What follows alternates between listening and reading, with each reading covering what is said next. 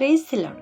Greetings to you all in the name of our Lord and Savior Jesus Christ. Today's Bible verse, the book of Isaiah, chapter 50, verse 7. Their insults cannot hurt me, because the sovereign Lord gives me help. I brace myself to endure them. I know that I will not be disgraced. ಈ ದಿನದ ದೇವರ ವಾಕ್ಯ ಯೆಶಾಯನ ಪ್ರವಾದನೆಯ ಗ್ರಂಥ 50ನೇ ಅಧ್ಯಾಯ 7ನೇ ವಚನ. ಕರ್ತನಾದ ಯೆಹೋವನು ನನಗೆ ಸಹಾಯ ಮಾಡುವನು, ಆದ ಕಾರಣ ನಾನು ನಾಚಿಕೆಯಿಂದ ಕೊರಗಲಿಲ್ಲ. ನನ್ನ ಮುಖವನ್ನು ಕಗ್ಗಲ್ಲಿನಂತೆ ಗಟ್ಟಿ ಮಾಡಿಕೊಂಡಿದ್ದೇನೆ, ಆಶಾಭಂಗ ಪಡಲಾರೆನೆಂದು ನನಗೆ ಗೊತ್ತು.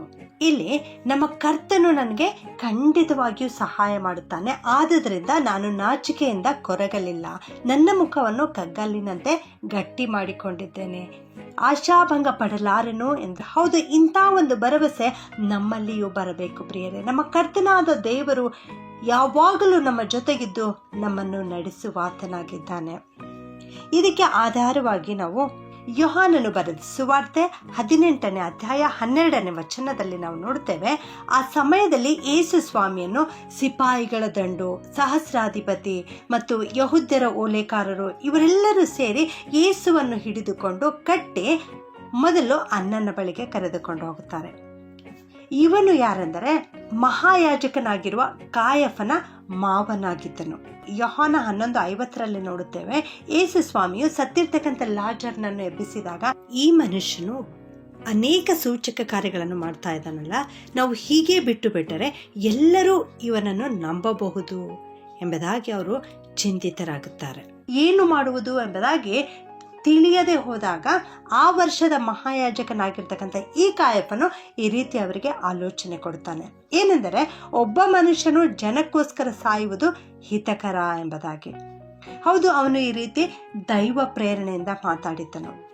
ಯೇಸು ಸ್ವಾಮಿಯನ್ನು 2 ವಿಷಯಗಳ ಕುರಿತು ವಿಚಾರಣೆ ಮಾಡುತ್ತಾರೆ. ಒಂದು ಶಿಷ್ಯರ ವಿಷಯವಾಗಿ ಮತ್ತು ಇನ್ನೊಂದು ಯೇಸು ಸ್ವಾಮಿ ಬೋಧನೆ ಮಾಡಿರ್ತಕ್ಕಂಥ ಆ ಉಪದೇಶದ ವಿಷಯವಾಗಿ ಯೇಸು ಸ್ವಾಮಿಗೆ ವಿಚಾರಣೆ ಮಾಡುತ್ತಾರೆ. ಆಗ ಸ್ವಾಮಿ ಅವರು ಈ ರೀತಿ ಉತ್ತರ ಕೊಡ್ತಾರೆ. ನಾನು ಧಾರಾಳವಾಗಿ ಲೋಕದ ಮುಂದೆ ಮಾತಾಡಿದ್ದೇನೆ, ಯಹೂದ್ಯರೆಲ್ಲ ಕೂಡುವಂಥ ಸಭಾಮಂದಿರದಲ್ಲಿ ಮಾತಾಡಿದ್ದೇನೆ, ದೇವಾಲಯದಲ್ಲಿ ಮಾತನಾಡಿದ್ದೇನೆ. ಯಾವುದೂ ನಾನು ಮರೆಯಾಗಿ ಮಾತಾಡಿಲ್ಲ. ಇವತ್ತು ಯಾಕೆ ನನ್ನನ್ನು ವಿಚಾರಿಸುತ್ತೀರಿ? ಏನು ಮಾತಾಡಿದ್ದೇನೆ ಅದನ್ನ ಇಲ್ಲಿ ಕೇಳಿದವರಲ್ಲಿ ವಿಚಾರಿಸಿರಿ, ಅವರಿಗೆ ಈ ಎಲ್ಲ ವಿಷಯ ಗೊತ್ತಿದೆ ಎಂಬುದಾಗಿ ಉತ್ತರ ಕೊಡುತ್ತಾರೆ. ಆಗ ಆ ಓಲೆಕಾರರಲ್ಲಿ ಒಬ್ಬನು, ಮಹಾಯಾಜಕನಿಗೆ ಈ ರೀತಿ ಉತ್ತರ ಕೊಡ್ತೀಯಾ ಎಂದು ಹೇಳಿ ನಮ್ಮ ಯೇಸು ಸ್ವಾಮಿಯ ಕೆನ್ನೆಗೆ ಏಟು ಹಾಕುತ್ತಾನೆ. ಆಗ ಸ್ವಾಮಿಯವರು ಅವನಿಗೆ, ನಾನು ಮಾತಾಡಿದರಲ್ಲಿ ಏನಾದರೂ ದೋಷವಿದ್ದರೆ ನನ್ನ ದೋಷ ಇಂಥದ್ದು ಎಂಬುದಾಗಿ ಸಾಕ್ಷಿ ಹೇಳು. ನಾನು ಮಾತಾಡಿದ್ದು ಸರಿಯಾಗಿದ್ದರೆ ಯಾಕೆ ನನ್ನನ್ನು ಹೊಡೆಯುತ್ತಿ ಎಂಬುದಾಗಿ ಕೇಳುತ್ತಾರೆ. ಹೌದು, ಇಡೀ ಲೋಕಕ್ಕೆ ಬೋಧನೆ ಮಾಡ್ತಕ್ಕಂಥ ಯೇಸು ಸ್ವಾಮಿಯ ಕುರಿತು ಅವರು ಇಲ್ಲಿ ಪ್ರಶ್ನೆ ಮಾಡ್ತಾ ಇದ್ದಾರೆ. ನೀನು ಏನು ಬೋಧಿಸಿದ್ದಿ ಎಂಬುದಾಗಿ ಮತ್ತು ನಿನ್ನ ಶಿಷ್ಯರು ಯಾರು ಎಂಬುದಾಗಿ ಅನ್ನನ್ನು ವಿಚಾರಣೆ ಮಾಡುತ್ತಾನೆ. ಆದರೆ ನಮ್ಮ ಯೇಸು ಸ್ವಾಮಿ ಸರಿಯಾದ ರೀತಿಯಲ್ಲಿ ಉತ್ತರ ಕೊಡುತ್ತಾರೆ. ಆ ರೀತಿ ಯೇಸು ಸ್ವಾಮಿ ಪ್ರತ್ಯುತ್ತರವನ್ನು ಕೊಟ್ಟದ್ದನ್ನು ಆ ಅನ್ನನ್ನು ಕೇಳಿಸಿಕೊಂಡು ಬಹಳವಾಗಿ ದಿಗಿಲು ಪಡುತ್ತಾನೆ. ಯೋಹಾನ 7:46 ನಾವು ನೋಡ್ತೇವೆ. ಪರ್ಣಶಾಲೆಗಳ ಜಾತ್ರೆಯಲ್ಲಿ ಯೇಸು ಸ್ವಾಮಿ ಮಾತನಾಡಿದಾಗ ಆ ಓಲೆಕಾರರೇ ಈ ರೀತಿ ಹೇಳಿದರು, ಈ ಮನುಷ್ಯನಂತೆ ಯಾವನೂ ಎಂದೂ ಮಾತಾಡಲಿಲ್ಲ ಎಂಬುದಾಗಿ. ಈ ರೀತಿ ಹೇಳಿರ್ತಕ್ಕಂಥ ಜನರು ಅಲ್ಲಿ ನಿಂತಿದ್ದರೂ ಕೂಡ ಅವರು ಸಾಕ್ಷಿ ಹೇಳುವಂಥವರಾಗಿರಲಿಲ್ಲ. ಈ ರೀತಿ ಯೇಸು ಸ್ವಾಮಿ ಅನ್ನನಿಗೆ ನ್ಯಾಯದಿಂದ ಉತ್ತರ ಕೊಟ್ಟಿದ್ದಕ್ಕೆ ಏನು ಫಲ ಬಂತು ಪ್ರಿಯರೇ? ದುಷ್ಟನು ಯೇಸು ಸ್ವಾಮಿಯ ಕೆನ್ನೆಗೆ ಪೆಟ್ಟು ಹೊಡೆದನು. ಇದೇ ಯೇಸು ಸ್ವಾಮಿಗೆ ಸಿಕ್ಕ ಫಲ. ಇದು ಮನುಷ್ಯರ ದುಸ್ವಭಾವ. ಮನುಷ್ಯರು ಈ ರೀತಿ ಮಾಡುವಂತವರಾಗಿದ್ದಾರೆ, ಹಾಗೆ ಮಾಡುವಂತ ಜನರಾಗಿದ್ದಾರೆ, ಪ್ರೀತಿ ಇಲ್ಲದ ಜನರಾಗಿದ್ದಾರೆ. ಯೇಸು ಸ್ವಾಮಿಗೆ ಆ ಜನರಿಂದ ತಪ್ಪಿಸಿಕೊಳ್ಳಲಿಕ್ಕೆ ಸಾಧ್ಯವಾಗುತ್ತಿರಲಿಲ್ಲವಾ? ಮೊದಲನೇ ಅರಸು 13:4 ನಾವು ನೋಡ್ತೇವೆ. ಅರಸನಾದ ಯಾರೊಬ್ಬಾಮನು ಯಜ್ಞವೇದಿಯ ಮೆಟ್ಟಲುಗಳನ್ನು ಹತ್ತಿ ಯಜ್ಞವರ್ಪಿಸಲು ಪ್ರಯತ್ನಿಸುತ್ತಿರುವಾಗ ಒಬ್ಬ ಪ್ರವಾದಿ ಆ ರೀತಿ ನೀನು ಮಾಡಬೇಡ ಎಂಬುದಾಗಿ ಹೇಳಿದಾಗ ಅರಸನು ಕೈಯನ್ನು ಮುಂದೆ ಚಾಚಿ ಆ ಪ್ರವಾದಿಯನ್ನು ಹಿಡಿಯಿರಿ ಎಂಬುದಾಗಿ ಹೇಳ್ತಾನೆ.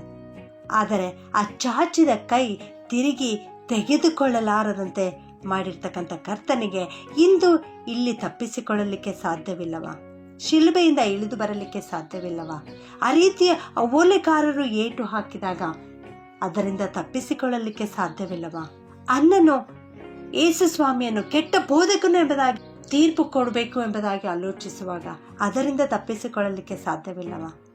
ನಮ್ಮ ಕರ್ತನಿಂದ ಎಲ್ಲವೂ ಸಾಧ್ಯ ಪ್ರಿಯರೇ. ಆದರೆ ನಮ್ಮ ಕರ್ತನು ಇಲ್ಲಿ ನ್ಯಾಯ ತೀರಿಸಲಿಕ್ಕೆ ಬಂದಿಲ್ಲ. ನಮ್ಮ ಕರ್ತನು ರಕ್ಷಿಸಲಿಕ್ಕೆ ಮೆಸ್ಸಿಯನಾಗಿ ಈ ಲೋಕಕ್ಕೆ ಬಂದಿದ್ದಾರೆ. ಆ ರೀತಿ ಅಂದು ಮಾಡಿರಲಿಲ್ಲವಾದರೆ ನನಗೆ ನಿನಗೆ ರಕ್ಷಣೆ ಸಿಗುತ್ತಿರಲಿಲ್ಲ ಪ್ರಿಯರೇ.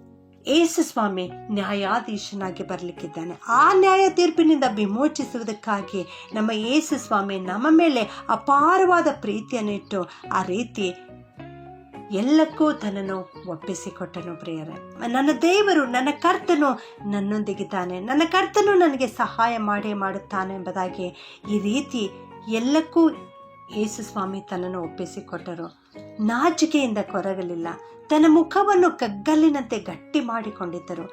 ಆಶಾಭಂಗ ಪಡಲಾರೆನು, ನನ್ನ ದೇವರು ನನ್ನೊಂದಿಗೆ ಇರುತ್ತಾನೆ ಎಂಬ ಭರವಸೆ ಯೇಸು ಸ್ವಾಮಿಯಲ್ಲಿ ಇತ್ತು ಪ್ರಿಯರೇ. ನನ್ನ ನಿನ್ನ ಮೇಲಿನ ಪ್ರೀತಿಯಿಂದಾಗಿ ಯೇಸು ಸ್ವಾಮಿ ಈ ರೀತಿ ತನ್ನನ್ನು ಒಪ್ಪಿಸಿಕೊಟ್ಟರು. ಪ್ರಾರ್ಥನೆ ಮಾಡಿಕೊಳ್ಳೋಣ. ಶಾಂತ ಗುಣವುಳ್ಳಂಥ ನಮ್ಮ ಪ್ರೀತಿಯ ಪರಲೋಕದ ತಂದೆಯಾದ ದೇವರೇ, ನಿನಗೆ ಸ್ತೋತ್ರ ಸ್ವಾಮಿ.